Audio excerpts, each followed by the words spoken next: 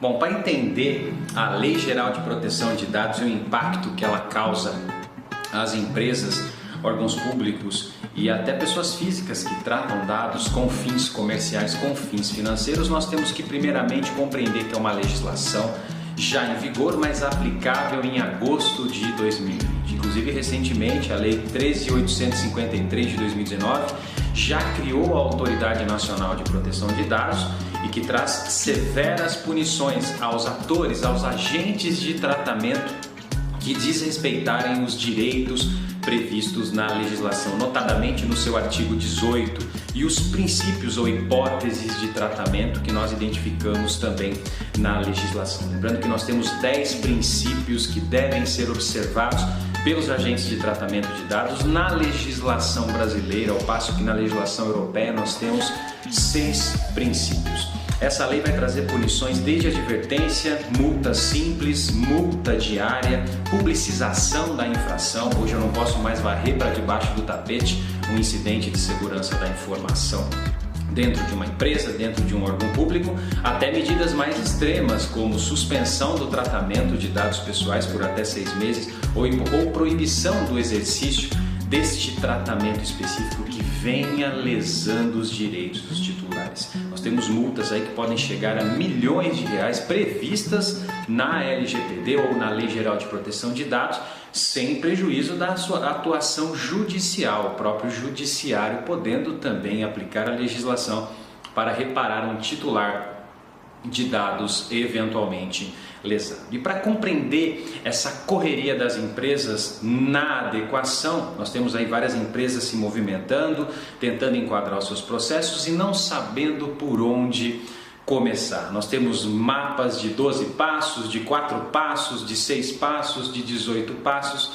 O fato é que todos esses mapas se resumem em áreas sensíveis, em pontos sensíveis de atuação que você empresário, que você startup, que você órgão público deverá conhecer na implementação da adequação à Lei de Proteção de Dados. Primeira orientação que eu passo a você é que você vai lá no artigo 50 da Lei 13.709 de 2018 e lá você vai ter que a governança em proteção de dados, as boas práticas, ela inclui uma série de atividades, não se limitam, mas a lei já nos dá alguns inputs de ações que nós temos que fazer dentro da empresa, desde ações de conscientização, desde formulários e pontos de contato para que o titular dos dados possa requerer os seus direitos, desde procedimentos claros em relação a reporte de data leaks, data breaches, até outras medidas que você vai encontrar no artigo 50 das normas. Mas, para você que quer começar a implementar e buscar adequação, você tem que criar um plano de ação. Um plano de ação descreve exatamente quais os passos que você vai superar para que você entregue em agosto ou antes de 2020 a sua empresa em conformidade com as principais diretrizes da Lei Geral de Proteção de Dados. O primeiro passo é conhecer quem você é. Qual ator você é? Você é um agente de tratamento, mas qual? E para isso você tem que mapear os processos da empresa. Mapeando os processos, você vai entender ciclos de vidas de dados nesses processos. E eu posso ter vários ciclos de vidas de dados e para cada ciclo de vida de dados eu sou um autor. Eu posso ser um controlador, aquele que dita como vai ser o tratamento dos dados, aquele que é o detentor dos dados fornecidos pelo titular, mas eu posso ser um processor, um processador, um subcontratado, aquele que está a mando do controlador, realizando um tratamento específico para a consecução das suas atividades. Compreenda qual ator você é, esse é o primeiro passo. O segundo passo, logicamente, é você identificar todos os ciclos de vida de dados que hoje você tem. E você tem inúmeros ciclos de vida de dados, desde a recepção até o cadastro de um cliente, passando por contratos, fornecedores, RH, marketing. Você vai ter que fazer esse mapeamento dos ciclos de vida de dados e já identificar qual ator você é.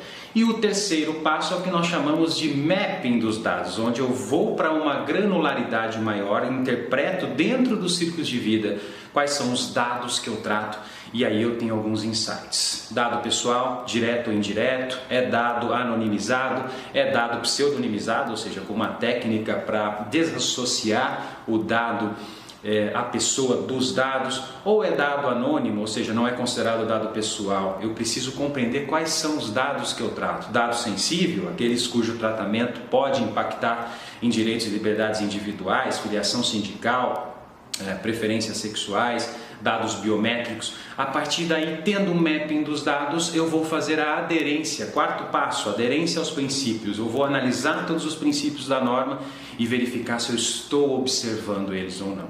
E você vai perceber que aí você já tem uma série de resultados, de outputs relevantes para que você comece a fechar esses pontos dentro da empresa. E aí eu vou para mais um passo, o quinto passo, que é analisar as premissas ou as hipóteses pelas quais eu estou embasando o meu tratamento. Será que eu estou embasando o tratamento com base no consentimento?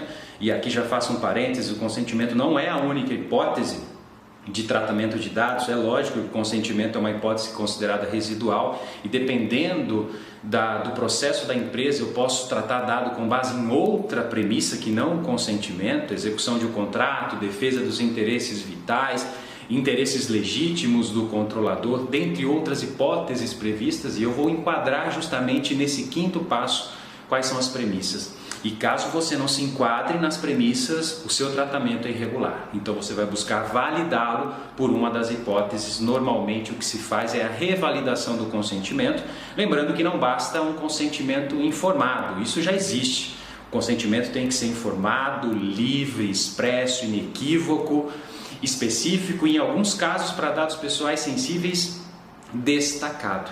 Fazendo esses 5 passos você já tem uma dimensão muito importante em relação ao seu tratamento, o que você deve fechar, e aí você vai tomar medidas, revisão das políticas de segurança, levando em consideração em todos esses contextos, os termos de uso, as permissões para o titular, elas devem permitir que tudo que você ofereça ao titular venha protegido por padrão, princípio do Privacy by Default, Privacy by Design, ou seja, eu vou olhar com a privacidade para qualquer novo produto, qualquer novo serviço, qualquer novo lançamento, tela, formulário, vou aplicar os princípios em cada serviço que eu lance. Minimização de dados, por exemplo, é uma prática muito importante, reduzir a gordura informacional. Muitas vezes tratamos dados sensíveis que são desnecessários, não são adequados. Eu vou fazer toda essa revisão com os meus processos, já definindo para o meu titular que agora ele tem um controle maior e que por padrão tudo vem protegido e ele pode se optar, aliás, por se expor, essa é a função, ele pode optar por se expor, mas por padrão isso vem fechado.